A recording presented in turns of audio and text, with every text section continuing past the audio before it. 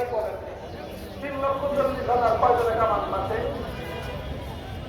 বলবেন আমরা কাছে কিন্তু মানুষ কম না, কম করে হলো 18 কোটি মানুষ।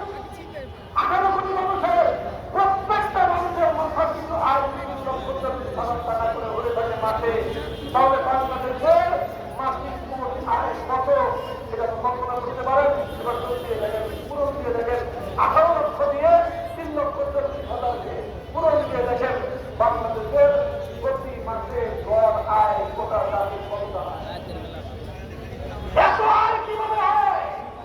আপনি কেমন করে হাজার সাধারণ মানুষ যারা দারিদ্র সীমার নিচে বসবাস করে 50,000 টাকা কামায়, মধ্যবিত্ত মানুষ 20,000 টাকা কামায়, উচ্চবিত্ত মানুষ হয়তো 1 লক্ষ 1.5 লক্ষ টাকা কামায়, তাহলে প্রতিটা মানুষের মাথা পিছু আয় 3,40,000 হতে হলে কি পরিমাণ ইনকাম?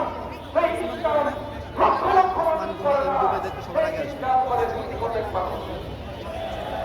অল্প কয়েকজন মানুষের এই পরিমাণ ইনকাম যে আমাদের বাকিদের 5,000, 15,000, 20,000, 1 লাখ এই সবটাকে করে 3,40,000 পরিণত করতে হলে সেই হাতে কোনো অল্প কিছু মানুষের ইনকাম কি পরিমাণ হওয়া লাগে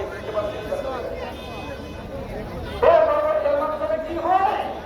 এর মাধ্যমে সমাজ অর্থনৈতিক বৈষম্য তৈরি হয়, দুনিয়ার দরিদ্রের মধ্যে আকাশ পাতালের ব্যবধান তৈরি হয়। যারা পুঁজিপতি, যারা পুঁজিপতি হাজার হাজার নয় লক্ষ লক্ষ কোটি টাকা তারা ইনকাম করে, সাধারণ মানুষ তারা তাদের নিত্য প্রয়োজন খাদ্যে তাদের কর্ম হতে হয়। বাবার ঘাম পায়ে ফেলে অর্থ উপার্জন করতে পারে না, দারিদ্র সীমার নিচে বসবাস করে আমাদের দেশের মানুষ। কত বড় ঠিক না বেশি বর্তমান হাজির এই জায়গাটায় আমি আমার সাধারণ জনগণকে একটু কথাটা বোঝানোর চেষ্টা করতেছি। কোরআন হাদিসের এলেমের পাশাপাশি আমি আমার আপনাদের এই অর্থনীতি নিয়ে একটু পড়াশোনা করার সুযোগ পেয়েছি। অর্থনীতিতে অনার্স করেছি, মাস্টার্স করেছি। অর্থনীতির এই সকল খবর কিন্তু আমাদের জানা আছে। এই যে হিসাব, পার ক্যাপিটা ইনকামের হিসাব, জিডিপি গ্রোথ ডেভেলপমেন্টের যে হিসাব, এটা জাতির সংখ্যা ভোগাবাদী ছাড়া কিছুই নয়। বলবেন কেমন ভোগাবাদী? আমি একটা দৃষ্টান্ত দিই, গল্প মাধ্যমে। এক বেটা গেছে হয়ে রাস্তার রাস্তা দিয়ে চলতে চলতে চলতে সে এক জায়গায় উপনীত হয়েছে, সেখানে একটা খাল। কি একটা? এখন এটা চিন্তা করতেছে যে এই খালটা কি পার হওয়া যাবে কি যাবে না, যাবে কি যাবে না। তো পাশে একজন কৃষক কাজ করতেছে ক্ষেতের মধ্যে। ওই কৃষক তারপর বুঝে দিয়ে আসো, এই খাল কি পার হওয়া যাবে? এখানে আমার ঠাই হবে? তো তারটা বলে যে না না, এই খালের অনেক পানি পার হতে পারবে না। বলে অনেক পানি তুমি জানো না কেমনে? তুমি কি অর্থনৈতিক হিসাব নিকাশ জানো? তুমি কি অঙ্কের হিসাব নিকাশ জানো? কারণ আমি অত কিছু জানি না, আমি জানি খালি পার হইতে পারবো। কারণ তোমার ওই জানা দিয়ে হবে না, আমি সিস্টেম শিখাই তোমাকে। কি সিস্টেম শিখাইবেন? হয় তুমি এই খালের পানি মাপো, মাঝখানে মাপলো 6 হাত, বলে 5 হাত। এবার ওই পরে মাপো, ওই পরে একটু মাপতে 6 হাত, বলে 1 হাত।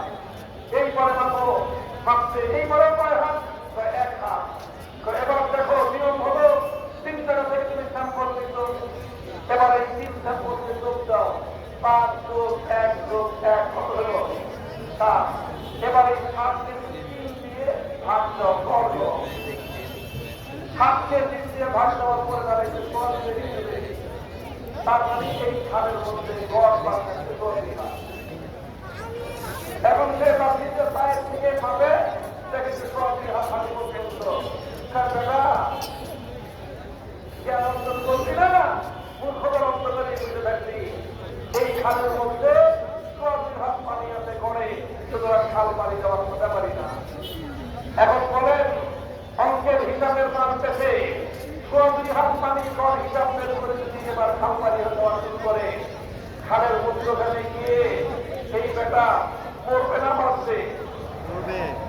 কেন পড়বে?